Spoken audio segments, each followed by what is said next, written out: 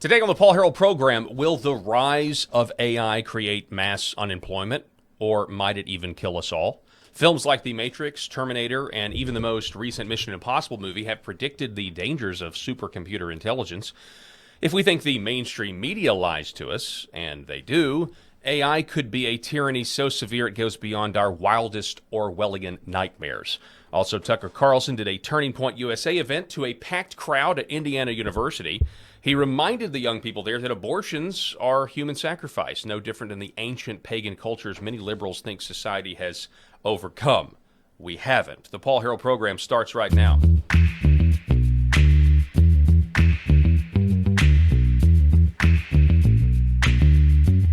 The Paul Harrell program. All right, folks, welcome to the show. As always, we can't do the show without you watching every single day, so we very much appreciate it. And as always, I'm joined by my co-host, Rob Spencer is with us. Paul, I am glad to be here as always. Loving the discussion on the topics of the day. We talked a little bit about this stuff off air via text today about the rise of AI, and it's scary how good it's getting, because you're seeing videos, and if you don't know it's AI, a lot of times it's pretty convincing. And that's just the tip of the iceberg, because if it's able to create these videos where it's mimicking human behavior, what else can it do? And I've seen some movies, you talked about Terminator, and I've seen iRobot, where they're like, oh, you create these robots, and then all of a sudden they are no longer beholden to the laws that was created by a human being, because they can override those laws. And so, somebody was like, oh, this is not a movie. And you're like, okay, well, have you seen those AI robots? Yeah. They exist, and they're pretty kind of scary looking. It's such a complicated issue, because there are so many pitfalls with artificial intelligence. Sure. And that's what I've realized. I mean, I just wrote down a few things. We're going to talk about this guy who's apparently worked on AI for a long time. He's made the podcast circuit. His name is Roman Yampolsky. Okay, and so we're going to talk about him and play some clips from him. But from what I can gather, one of the things he says that's fascinating is he says this is essentially an alien intelligence that people are creating. And if we knew, for example, that aliens were on their way here and they were going to be here in 3 years, right, a lot of people would lose their minds, and they would, people would start preparing. And he says that's the kind of urgency that people need to have with this, because it's going to completely change our society. Things like unemployment potentially not just being like at 10%, but being at 99% in our lifetime. Also, then there's the other thing of like, who cares if you can't find a job if it decides to kill us all, that's another aspect of this. Yeah, there's that. And so I want to talk about all of it, and also, like, if you can't really program it to not harm us. I mean, that's really the thing. Can you create an artificial intelligence or a supercomputer that does not harm us? This guy, Roman Yampolsky, says no. He's researched every chance he can. He says there's really no way to do that. Well, so AI had this, they did this thing where it was like you had the kill codes, and they wrote the kill codes into it. Kill, K-I-L-L, kill codes, where it just says, hey, we push this button and it will destruct you, right? Self-destruct, yeah. Well, not so much self-destruct, because we are destructing it. Okay, right, I got you. Right. But we're pushing the button because, hey, whoa, you've gone too far. Boom, here's your kill switch. And what they found is they got into the mechanism, whatever you want to call it, working mechanism of it, and found that AI had written an override code to bring itself back if it was ever killed. So, folks, we like to go on ChatGPT and like, hey, give me a something for this or something for that. And you're just like, okay, cool. Thanks, ChatGPT. AI, fantastic, right? Way better than Google. But then you start to look at the dark side of it and say, well, what else can be done with it? Let's just say it doesn't take over the world, but could it take over all the factories that pay tons of money to human beings to do these jobs? all of a sudden AI allows this robot to do it and way more efficient than a human being. You know, the robot is doing it errorless versus a human being that's going to make some errors because we are, you know, we're fallible. But you look at it and try to say, well, what's next? And if you were just holding your head in the sand, you know, or burying your head in the sand, and you're not really looking at that stuff, you know, what Roman is saying there is like, this is one of the most crucial issues of our lifetime. And I don't pertain to be smart enough to know like what would do with this, with AI and that, or this or that. But I do know that I've seen a lot of movies where AI gets out of hand.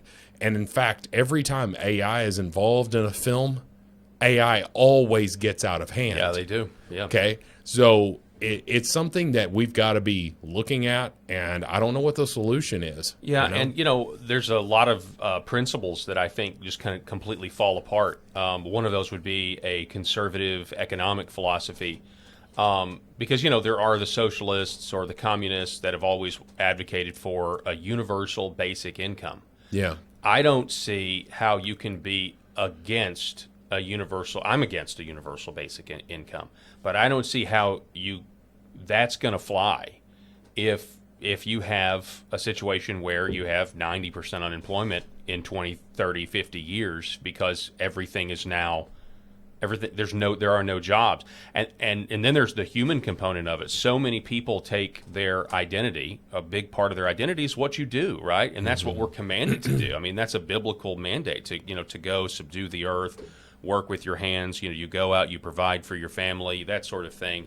You take that away from people, and what do you have? And that's why the thumbnail on this video actually kind of refers to the rise of the neo-Amish. I think with all of it, the mainstream media lies. We know that. They've lost control of the narrative. We now have all of these different avenues to get the truth out. Mm-hmm. AI could very much replace the MSM. I mean, we really could get to a point where, the AI is now the arbiter of truth. So you can't believe – it could get to a point with all of that where human beings are just like, I can't believe it. Can't believe the deep fakes, can't believe anything unless it's right in front of me, unless it's flesh and blood, unless it has a soul. Mm-hmm. And that's kind of why I'm thinking, at what point does this have a neo-Amish effect where people start to completely reject technology just for the sole basis of I need human interaction because I have to know what to trust, and I can't trust what I'm seeing online. I can't trust these ones and zeros because it's not real. Yeah. So we were coming back from Gatlinburg, Tennessee on Monday, and we stopped at a McDonald's that has the kiosk. And I just bypassed the kiosk. I'm like, I'm not messing with this kiosk. I'm going to go up here and I'm going to order it from a human being. So to your point there, I'm already craving a human being's interaction as opposed to and add to order. But in the same weekend, we also, one of the nights we had gone out during the day and all of that stuff. And one of the nights we chose to order pizza, and I was going to go pick it up. And I called.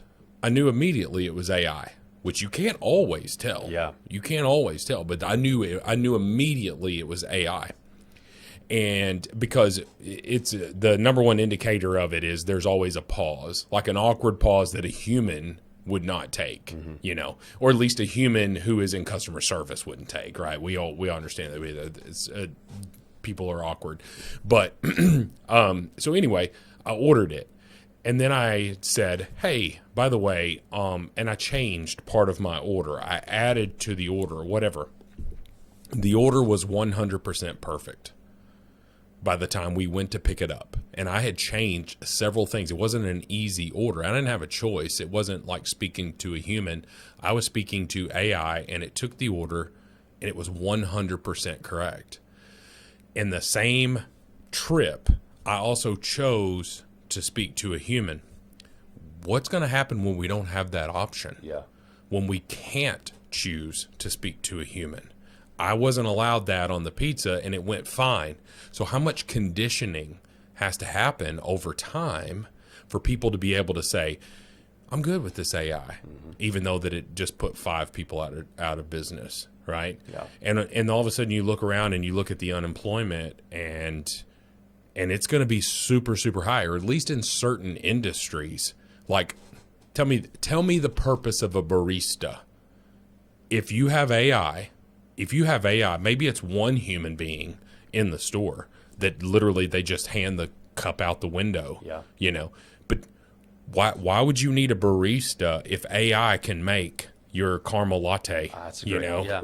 Like at a certain point, like if I'm Starbucks, I'm investing heavily in AI and saying, cool, because we've done this, we can now lower our prices and da da da da da and all of this. I'm not having to pay somebody $15 an hour to work in this store. And you look around and there's 7 people working, and you start doing the math.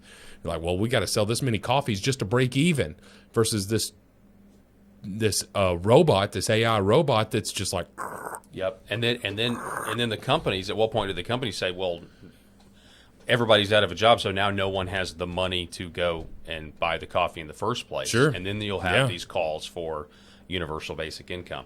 So you see it here. The guy's name is Roman Yampolsky. He is based out of professor, computer scientist at the University of Louisville. That's where he does his research. He's been making the podcast circuit this year. I've got a few clips to play. Listen to this. And at the same time, we don't know how to make sure that the systems are aligned with our preferences. So we are creating this alien intelligence. Mm-hmm. If aliens were coming to Earth and you had 3 years to prepare, you would be panicking right now. But most people don't even realize this is happening. So some of the counter arguments might be, well, these are very, very smart people. These are very big companies with lots of money. They have a obligation, and a moral obligation, but also just a legal obligation to make sure they do no harm. So I'm sure it'll be fine. The only obligation they have is to make money for the investors. Yep. That's the legal obligation they have. They have no moral or ethical obligations. Also, according to them, they don't know how to do it yet. The state-of-the-art answers are, we'll figure it out when we get there, or AI will help us control more advanced AI. That's insane. In terms of probability, what do you think is the probability that something goes catastrophically wrong? So nobody can tell you for sure what's going to happen. But if you're not in charge, you're not controlling it, you will not get outcomes you want. The space of possibilities is almost infinite. So that's the first one. It's kind of, I mean, I already kind of gave it away there, but I mean, we don't look at it like that because so many of us are using it as a tool. You mentioned Chat GPT, the thumbnail on this video. I said I would never use AI. Right. About 2 years ago. Thumbnail on this video was created by AI. Yeah. We understand that there are certain industries that would be eliminated, such as graphic design. Why do you need a graphic designer these days? Yep. Right? Like you don't need to be that person. You know, a marketing strategist, right? Like you just ask AI, you know, to create a marketing plan for you. Like you don't need a human to do these jobs. Well, that's just the tip of the iceberg, right? I think that we're going to see more and more of this as we go. And, you know, you and I are in our 40s. Like this is going to happen in our lifetime. Our lifetime. Right. Well, you know, we were talking with Eric Haynes yesterday, medical industry. You know, he does a lot of, you know, medical parts and stuff. The surgeons are actual people. Yeah. The surgeons are now using robots. Yeah, right? Da Vinci. They have to use it. But at what point do you not need the surgeon at all? At what point is it just an AI program in the robot? This is right now. I don't think right now there's the market for that. People aren't going to trust that. Mm-hmm. But like I said, I didn't want to use AI 2-3 years ago, and now here I am. So, to your point, conditioning has to happen. Yeah. Right. And so it's like, you know, when we go back to the conditioning that has happened with the Conservative Party. Look at the Conservatives' platform now versus 30 years ago. Right. The Conservative platform right now is far more toward the center than in the 90s, the Republican Party. When you think about what the Republican Party was in the 90s, and to their credit, the Democrats were more toward what the center is, right? Like we hadn't had as much far leftism and far rightism as we have. So the Republicans have have gone farther right, except that that center has really just moved with them. Because what did we have? What was gay marriage in the 90s, Paul? I mean, it was It was taboo. yeah, it was taboo. You're was exactly right. It was what do you? Oh, you can't. We remember wearing an earring in a certain side of your ear, Yeah, right? That's gay. That's what they would say, Yeah, I remember right? that.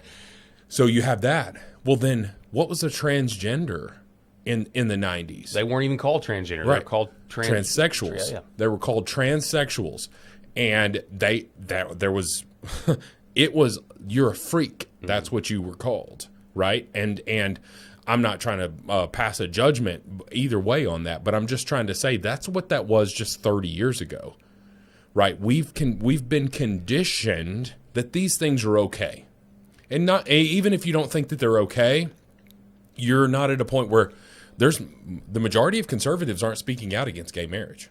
No, not anymore. No, they're not. But they were in the 90s. They probably were in the 2000s. Yeah. I Right. mean, you had an anti-sodomy law still on the books in Texas until 2001. Well, what did Barack Obama and Joe Biden say about gay marriage? They were against gay marriage. They believed that marriage was between a man and a woman. This was less than 20 years ago, folks. So a conditioning has now, right or wrong. I have a ton of friends who are gay, and I have no problem with the decisions that they're making. I'm worried about my own decisions and my children's decisions, right? But I can tell you this: there's a conditioning that has to happen for us to go from where we were in the 90s to where we are now. We're just at the tip of. We're starting with this AI I see thing, what you're saying. Yeah. and a conditioning is going to happen where this is okay. Now this is okay. You can't speak out about this, right? Now this is okay. And what we're going to see here is with AI, you can be the smartest person in the world. I struggle to believe that you're smarter than AI. Yep. Now, you may be on a particular topic, but that's just a matter of time. It's just a matter of time. Well, what were we talking about? Who's that comedian? I can't remember. We had this fake. We didn't know. I can't remember Ronnie K or whatever his name was. I can't remember at this point. Remember a few weeks ago or months ago, we were talking about this potential AI comedian that's been inserted into history. Yeah. Like he didn't exist. Yeah, but people say no. We've got the Mandela effect. Yeah, or something like that. And people were saying, no, we think this is AI. We think it's a psyop, and they created this guy because it's old videos, very very low quality, something AI could do. And where I landed on it, he might have been real, he may not have been real, but if AI can't do it, it will be able to do it someday. It will be able to go back and retroactively edit our history based on search results. Yeah, we're going to see that. We're going to see a.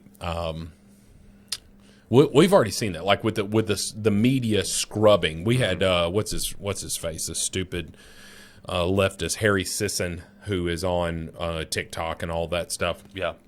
He's a crazy leftist, and he just carries the water for the Democratic Party. He's paid by the Democratic Party, although he denies it, even though the bank records have been proven to be true. But anyway, he just said, "Listen, there are no mainstream Democrats, high profile ranking Democrats who have compared Trump to Hitler." He said that with a straight face. I saw that, yeah. Right. And so it's like, what the hell are you talking about? That's all they've compared him to over the last 10 years. All of them. We countless, but you start to say, how long before AI can whitewash the internet? Yep. How long before we can't go back and find Jasmine Crockett or AOC or Joe Biden or whoever comparing Trump to Hitler? What's going to happen when there is a scrubbing of the internet to change history, to change our perspectives? And we're sitting here saying, no, that's not how I remember it. And you're like, okay, well, I mean, here's the proof. Here's the proof here. AI is just going to say, you're wrong. You're wrong. And we've now been conditioned to believe that AI is right. So we start to question our own memories, Paul. Yeah. That is just around the corner. I think you're right. Here's more from this Roman, I I can't pronounce this. I can't remember. Yeah, Yampolsky, Roman Yampolsky. Listen to this. Poker bots. And I realized that the bots are getting better and better. They are. And if you just project this forward enough, they're going to get better than us, smarter, more capable. And it happened. They are playing poker way better than average players. But more generally, it will happen with all other domains, all the other cyber resources. I wanted to make sure AI is a technology which is beneficial for everyone. So I started work on making AI safer. First 5 years at least, I was working on solving this problem. I was convinced we can make this happen. We can make safe AI. And that was the goal. But the more I looked at it, the more I realized every single component of that equation is not something we can actually do. And the more you zoom in, it's like a fractal. You go in and you find 10 more problems, and then 100 more problems. And all of them are not just difficult, they're impossible to solve. There is no seminal work in this field where, like, we solved this, we don't have to worry about this. There are patches. There are little fixes we put in place, and quickly people find ways to work around them. They jailbreak whatever safety mechanisms we have. So while progress in AI capabilities is exponential, or maybe even hyper-exponential, progress in AI safety is linear or constant. The gap is increasing. The gap between the How capable the systems are and how well we can control them, predict what they're going to do, explain their decision making. Getting away from us. I was looking So at what he's trying to there's- say, that's yeah. he's just getting away from us. And there's no way, there's no permanent, like, to make AI safe, there's no permanent solution. Yeah. It would have to require, honestly, I mean, as I'm thinking about it, another AI. Yeah. But you can't trust that one either. Sure, You know what and I he's mean? talking about like you're just patching a problem, and then once you get in there and you're trying to break it down, and you're looking at this and looking at that, and all of a sudden you realize that there's 100 other problems that you haven't solved yet. AI is the definition of scary. Now, can it be used for good? Of course. I believe so. I believe so, and I believe that fighting AI is not the way to do it, because I think you've got to embrace it in certain respects, but that the conditioning that AI would have us do, going back to my, Republicans versus 90s versus now, like, instead of going with that conditioning, what if we set guidelines and say, we're just not going, even though AI could do this, we're not going to let it do this. Right. And the problem that he's addressing there is that it's about corporate profits. And if AI can do it to increase the profits, they're not thinking about what's going to happen in 30 years. Yeah. Well, yeah, to that point, it reminds me of this old interview. This was years ago at this point, when Ben Shapiro interviewed Tucker Carlson. Okay. And they got to talking about, the free market. And Tucker said, I don't take some sort of Nicene Creed pledge to the free market. So just because you could have AI semi-trucks delivering everything on our freeways, which would eliminate, like, one of the last non-college educated thing you can do to make $90,000 a year. Or a lot more than or that. a lot more than that. In some places, yeah. That, there should be a law against it. Like, in America right now, there should be a law against AI trucks because of what it would do to our families, because of what it would do to society. You're talking about self-driving vehicles. Self-driving vehicles. Yeah. Yeah. It's specifically, the semis that are, taking our food, shipping Sure. everything. And I remember that was kind of one of my first jumping off points to say, yeah, I mean, I'm a free market guy too, but yeah, if you think about that, and this was before AI was what it is today, look at what it's done leaps and bounds. And again, I keep coming back to universal basic income, but it's going to be a very tough thing to defend politically if you're against universal basic income, if all of our jobs are gone because everything has been automated. So I think there is stuff we can do, barring if it goes full Skynet, Terminator, Matrix, and they want to turn us all into batteries. Yeah, Right. We're not going to be able to stop that. Like, so barring that it's not trying to kill us, there's other things that I think could be done to protect people's jobs. Yeah, I hadn't really thought about that, like, outlawing driverless vehicles, and that just really defeats what a lot of these, and it's electric vehicles, it's not combustible engines, because that's a whole other thing there. It's usually electric vehicles, and I'm sure that there are some gas engines that are allowed to do that. But the bottom line there is that the reason that there's such a push there is because there's a driver shortage. A lot of the drivers who are spending their time on the road are close to retirement. And that I watched this entire news article that talked about how within 10 years, there's going to be a 40% shortage of drivers. So AI, that's them using AI to kind of step in and solve a problem. But what it's doing is creating another problem. You're eliminating the need for humans rather than what's the problem? If you don't have enough drivers, what's the problem? That you don't have enough human beings behind the wheel. So instead of utilizing your funds to attack that problem with AI, having that law in place that says we won't have driverless trucks because they're pulling hazardous materials back here, or whatever it is. We're not going to do that in case that fails.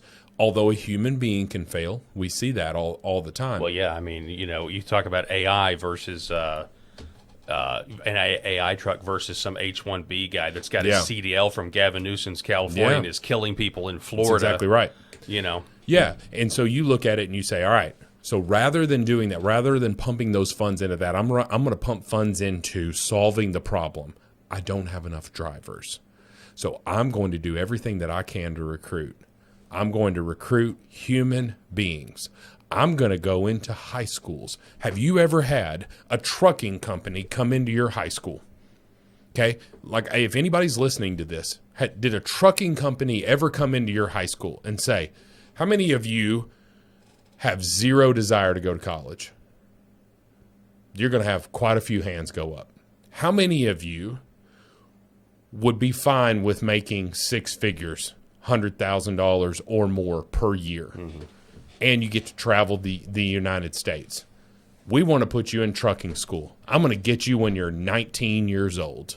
To me, that seems like a more human way to solve the problem rather than AI, artificially driven trucks. I think you're exactly right. On the jobs front, this is another clip. Prediction for the year 2027. We're probably looking at AGI as predicted by prediction markets and tops of the labs. So we'd have artificial general intelligence by 2027. And how would that make the world different to how it is now? So if you have this concept of a drop-in employee, you have free labor, physical and cognitive, trillions of dollars of it. It makes no sense to hire humans for most jobs. Mm-hmm. If I can just get, a $20 subscription or a free model to do what an employee does, first, anything on a computer will be automated. And next, I think humanoid robots are maybe 5 years behind. So in 5 years, all the physical labor can also be automated. So we're looking at a world where we have levels of unemployment we've never seen before. I'm not talking about 10% unemployment, which is scary, but 99%. All you have left is jobs where, for whatever reason, you prefer another human would do it for you. But anything else can be fully automated.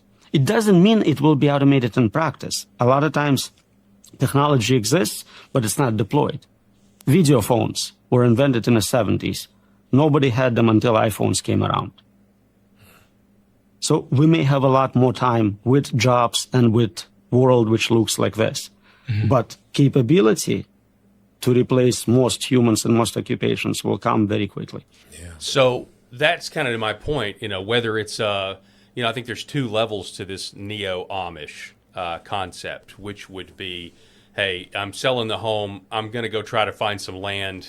There are people doing that. There's projects all over all over America where people are basically buying into certain land, and there's a community, and this is the life we want. We want real human connection. We want to get away.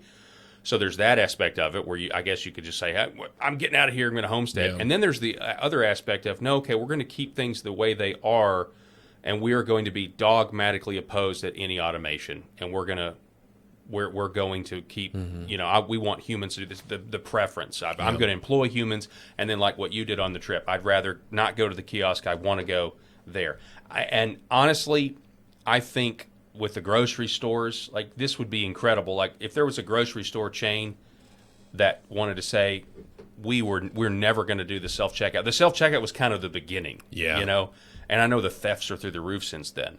But if there was a grocery store that would advertise that, say we are done with auto, we're going to staff all of the checkout lines. We're done with this self checkout because we value souls. You know, we want the human element and we reject this. That could be considered the new Amish. Yeah. You know? So we're Walmart Plus subscribers to that. It's like $100 a year. We get 10 cents off of every gallon of gas, and just because of how much I drive, we're in the positive just by using. Of course, it's smart because I'm now seeking out Right. Walmart or Murphy's, you know, or even Exxon. You can do it at Exxon. But what happens with the Walmart Plus is you get free delivery for your groceries. And so my wife will log on there and she'll order everything she needs. And so a lot of times for department stores, grocery stores, and all of that stuff, they have thrived on impulse buys. Okay. Meaning you go to the grocery. How many times Paul, you personally, how many times you walked into Walmart and you needed to get one or two items and you left with a whole basket full of stuff, yeah, right? Definitely. That's just the way it is. So a lot of times our grocery stores have been thriving on that. But what we saw with Walmart Plus is just saying, all right, well, cool. I understand we're going to be missing out on some of those sales. However, the convenience factor is going to draw in a bunch of people.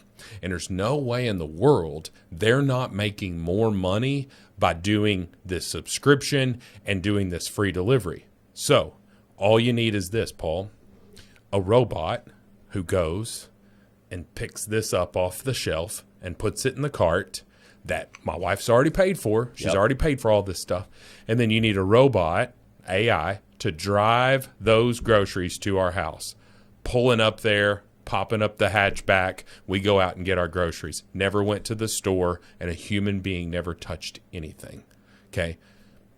That is not more than a couple of years away. Let's be honest. Yeah. We've seen the advances in AI so far. This guy is saying 2027, you're going to have general artificial intelligence, when I'm not really sure what that means, but other than if it's like a self-governance, self-driven AI, rather than that's like dependent on input. But that right there, if we're just a couple of years away from that, what are we going to do? What are we going to do? I don't know. It's just it dawns on me right now how convenient the whole grocery store game. They benefited from the COVID lockdowns in a huge way. Sure. In terms of conditioning, we'll talk about conditioning. If it wasn't for COVID, so many of the drive-in stuff, you know, you pull in, they put it in the back of your car. Yeah. That's part of that slippery slope. Some of the food stuff's going to be a little bit of challenge. Like, I mean, it's going to be really hard to get an AI person, an AI robot or whatever to make your, you go to a restaurant and order your burger and you want it medium. It's going to be really hard for them because a lot of that's human, like you see it, you feel it kind of thing. So, yeah, I think the jobs that go first, and I'm not the first person to say this, but the jobs that I think are around the longest in this worst case scenario are things like electricians and plumbers. Sure. And that sort of thing. Yeah. I actually think lawyers, you're done. Lawyers are at the top of the list. I think, and I think surgeons, like you would think that the high income, high skilled, I think surgeons are going to go before plumbers. Yeah. Let me just say that, Yeah. No, I agree with you because, I mean, you think about like how are you going to fix a plumbing problem with a robot? Yeah. Because a lot of that's just diagnosis. Yeah. I mean, you got to have that. You got to have, diagnosis, got to have the person there, got to have the tool belt. That's making the pants sag. Yeah, you can't get that with a robot. No, it's true. But to your point though, like if you're a physician, can you imagine that there's a physician who's not using AI? There's probably quite a few that just refuse to, but there are probably newer physicians, ones that are fresh out of residency, right? Who are looking at it and saying, all right, well, patient complains of such and such and such, and like list all of it, and they give you. And AI gives you a list of 10 different things that it could be. Mm-hmm. And you're just like, okay, well, that's our most coveted thing. Like, no, there is no person on the face of the planet who is respected as much as a doctor is respected. right? I mean, I really can't think of anybody, another profession. And that one, all of the information that's supposed to be stored in their brain is now in this AI machine. Yep. So how long before, hey, I'm a hospital, I'm just going to have 2 physicians here. We're going to plug all this stuff into AI, and we're going to treat based off of that rather than having 10 physicians who make $250,000 a year. Yeah, no, I think you're right. There's just so much here. I want to listen to one more clip. But yeah, just to kind of go down the list again, the idea that we are creating, and many of the people at the top of this creating this, they are not, I'm just going to say this because I think it's generally true. They're not Christians. I think, and if I think some of them are just downright evil. I think that they're building a god. I think you combine this with the transhumanism aspect of it as well. Transhumanism, the idea, I don't want to die. We're going to merge everything with technology and biology. We're going to get it all together. That has an integral component to this too, in some sort of Orwellian hellscape. But that's going to be the key. Is how many people out there are going to reject this, long for real human connection. They want to do commerce with people that have, actual souls, flesh and blood. And how long until people are punished for it? How long until you are shunned because you don't want to go along with the rest of society? That's another question. Well, Paul, what we were talking about yesterday with Eric, that all of a sudden, I think we were talking about this off air. I don't know that we talked about it on the show, but we were speaking about like how, 4 years ago, 5 years ago, 6 years ago, you couldn't say I'm a proud conservative and not have a negative impact on your business. And then I will say probably about 2023, the tide started turning, and all of a sudden you could be a business that just says, you know what? I don't hate the left, but I am a conservative, and I'm fine with people knowing that I'm a conservative. For me, for the longest time, as in my real estate business, I kept my politics as bland as you could be, right? Because I don't care, and I still don't. I don't care. I've got agents who work for me who are very much on the left. I love them dearly. Like, I don't want to isolate those people, but I'm fine with saying that I'm on the right. I'm fine with saying that conservative politics typically more align with my values and what the needs of my family. I understand that people disagree with that. But a tide has turned where it's like, okay, it's okay to be a conservative and to tell people that. I think there's going to be a time where you are anti-AI, and that's what's going to be embraced. You were hitting on this a little bit earlier. Like, there are going to be people who say, I want to do business with you because you are anti-AI, because AI put my dad out of a job, right? You're going to kind of see all of this stuff. So I do believe that humans will win in the end because we've got God on our side. Amen. I do believe that humans will win, but how much pain is going to happen until we make the decision to say, I'm going to rebel against this. I'm good with using AI for this or this and this and this, but I'm going to rebel against this because this is destroying our nation. Well, and then I completely agree. I think that's a really good analogy. There's also these trends about globalization, right? Like we live in Arkansas. We can go and get an avocado anytime we want, right? But there's declining populations everywhere. The U.S. has got a declining population. China is in real serious trouble. No one's having children. Europe the same way. And so the other temptation with letting AI just take over is if we want to maintain our current level of globalization with trade and shipments, in our lifetime, they're just simply, the numbers are there. Overpopulation is not the threat. Never was. We don't have enough people. Yeah, not in the United States for sure. Right, but no, globally, there are not enough people that are going to keep these supply chains going. So there's that other temptation to ratchet it up. I saw this thing that was, and I don't know how accurate it is, but it said that the entire world's population, if they were all, transported, could all fit inside of Jacksonville, Florida. Okay. That sounds that sounds crazy. So it's just like, meaning, you look at what the For average like person, shoulder to shoulder, all of this stuff, the entire world's population could fit inside of Jacksonville, Florida. Now, I don't know what the landmass is of Jacksonville, Florida, but I can tell you that Florida is a huge state in itself. In the United States, people talk about it like, I've seen videos too where people will say, "Well, I'm going to vacation in the States," right? And they're from the UK or something. And they're like, "All right, we're going to go to Disney on day one, and then we're going to drive to New York the next day. We're going to see the Empire State Building, all that stuff." And people are like, "Wait a minute. You think you can go to Disney World in Florida on the one day and get in a car and drive and be at the Empire State the next day? That doesn't happen. That's a 27-hour drive or whatever it is. Like, it's physically impossible, because people don't realize how large the United States is. But I also think that we don't realize the amount of uninhabited land that we have. So you're spot on when you say that overpopulation is not our problem. It's really not. I think what it's going to be is quality of life. What is being eliminated? What is destroyed by AI? And can we live with that? Yeah. Or do we have to push against it? Yeah. I don't know. Well, the Georgia Guidestones, I mean, I bring those up. They were destroyed. Are you familiar with the Georgia Guidestones? No, I've never heard of it. Well, they were destroyed. It's this very mysterious set of tablets in different languages. Okay. That was on some private land, and it was basically instructions for the world, very satanic. But one of the things it said was, the ideal population for planet Earth is 500 million or less. And that this was the goal. It was just it's a bunch of really, really creepy, I think, just downright satanic goals.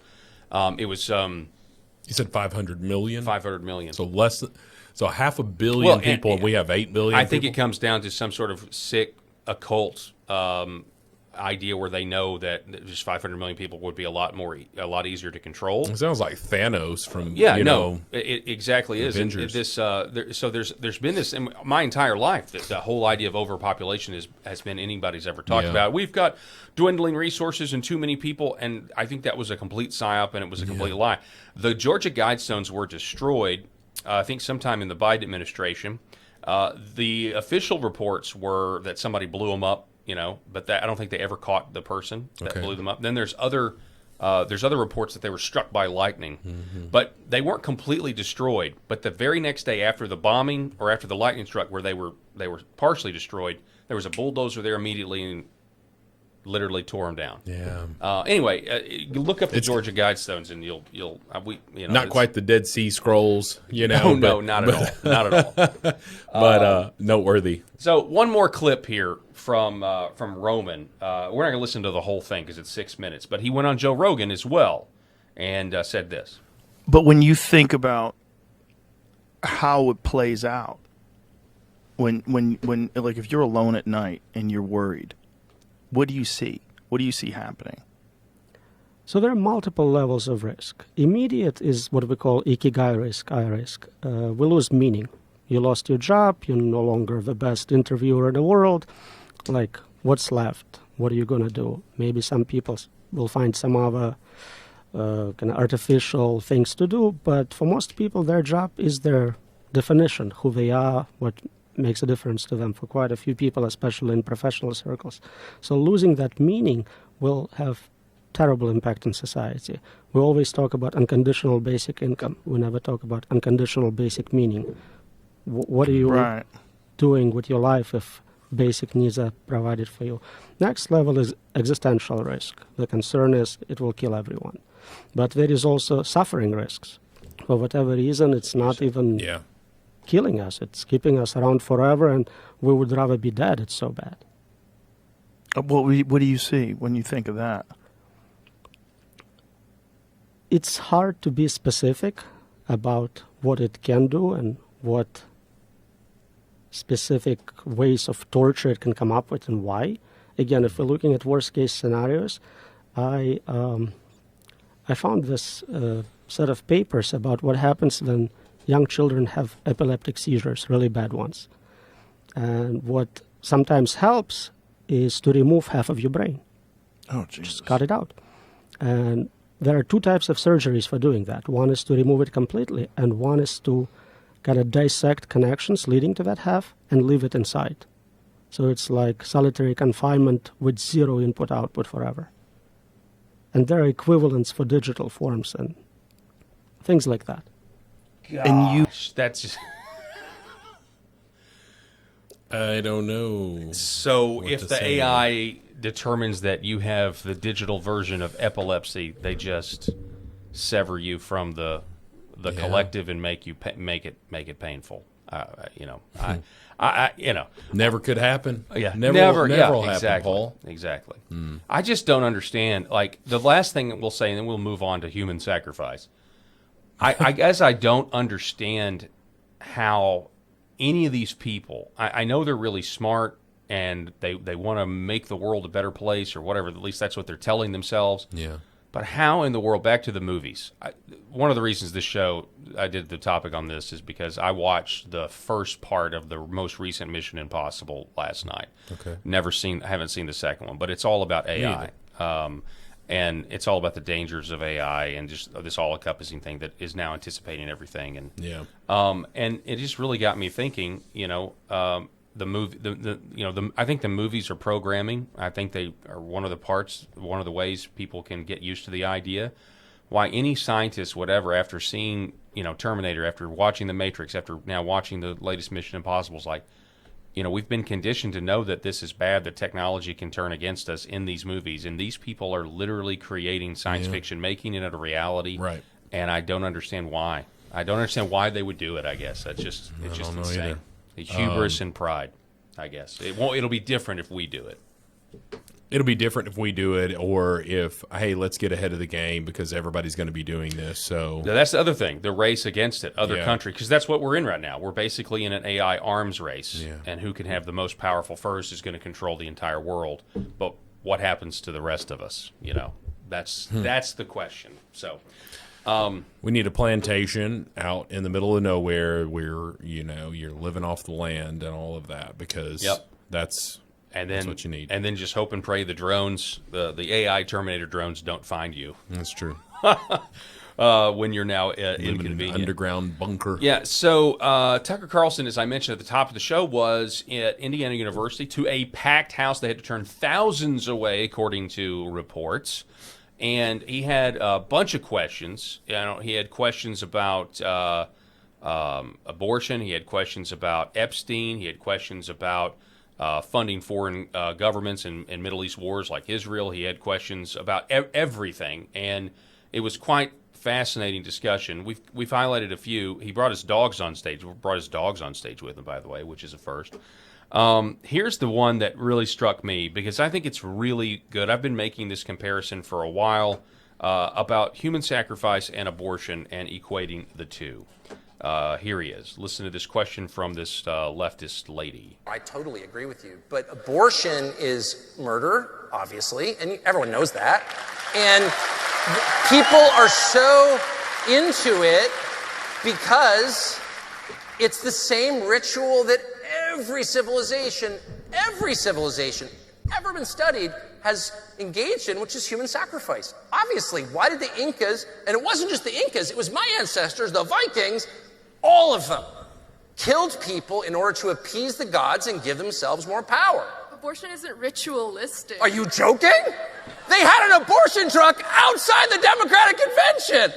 While you're here, maybe you could get an abortion. No, it's the most crazed level of fanaticism I've ever seen. Like when I was a kid, they would say, well, there's probably some 12-year-old farm worker child who got raped and she's pregnant. And like, would you say to her she has to carry the baby? And I'd be like, oh, that's so sad. I can't, It makes me really sad. And like, I don't think she should have an abortion, but I get it. Now it's just like, no, abortion is the only right you have.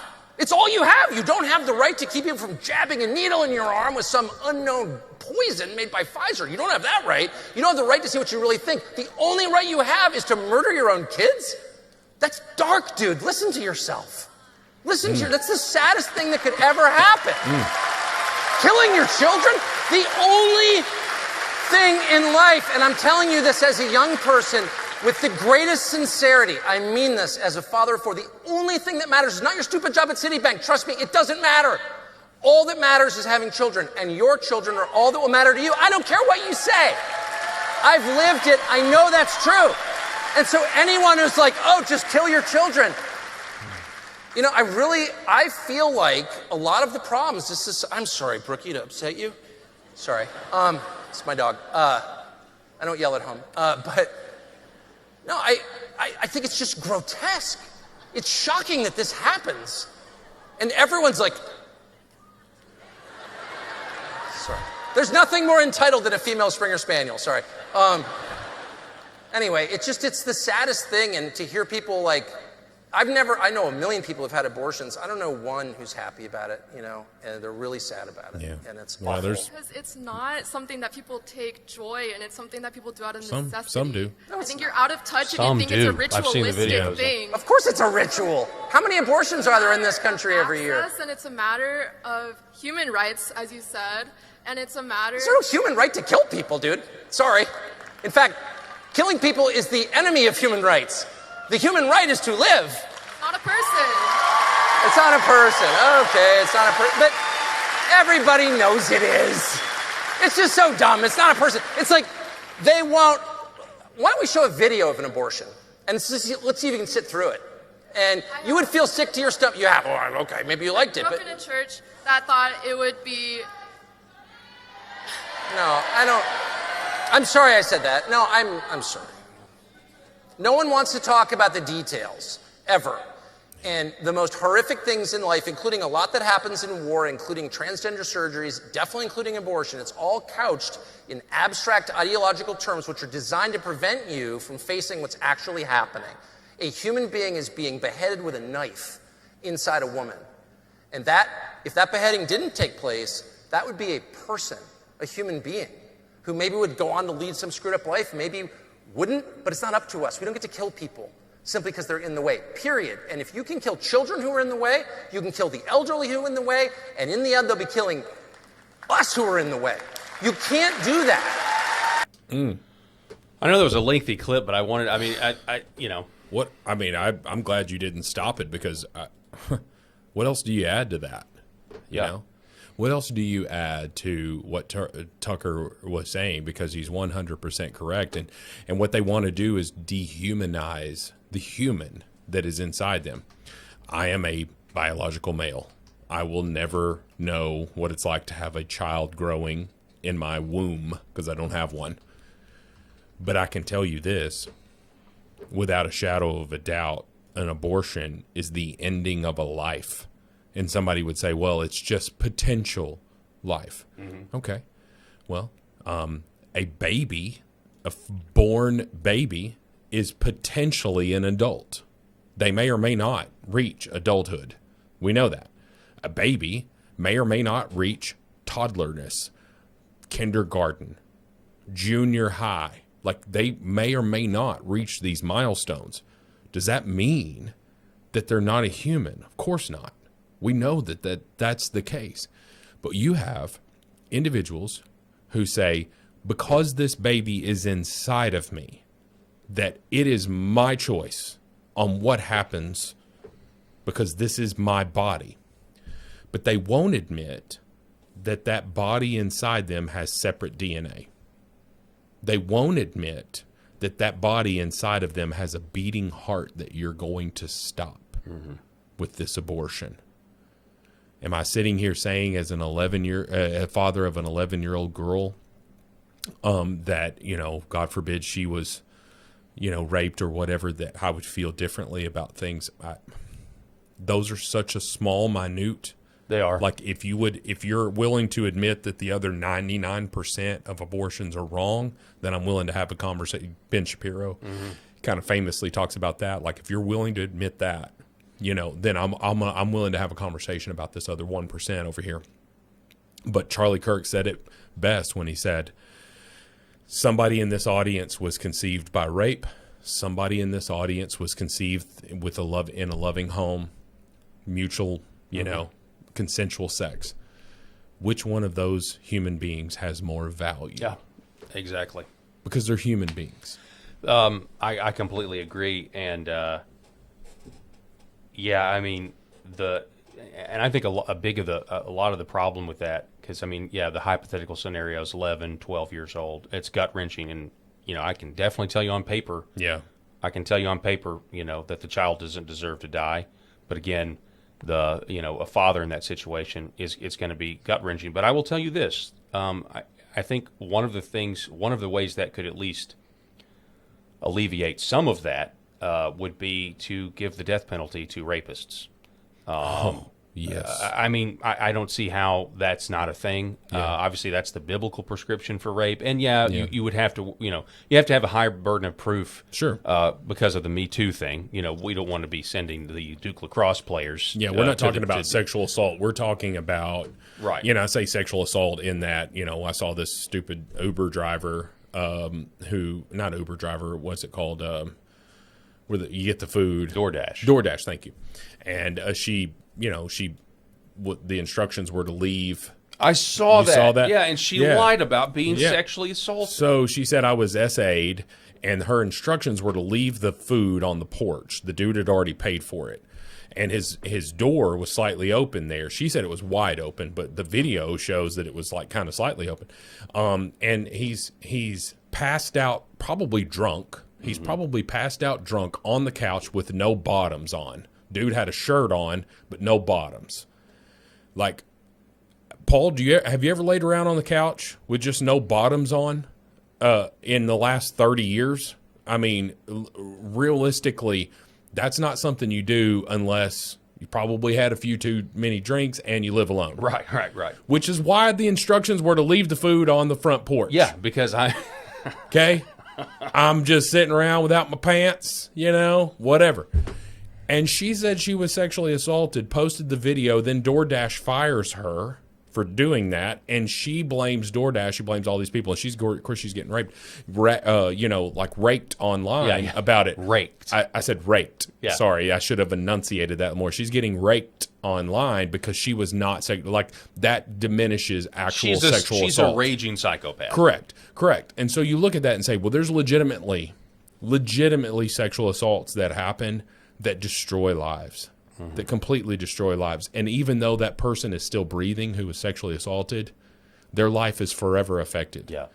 And some would say they never fully recover. They never have this 100%. normal life after that. So I believe it. Death penalty for child molesters and rapists. 100%. Do that and see how much the crime goes down. Yeah, exactly. And then if you had public executions on top of that, then you would have huge.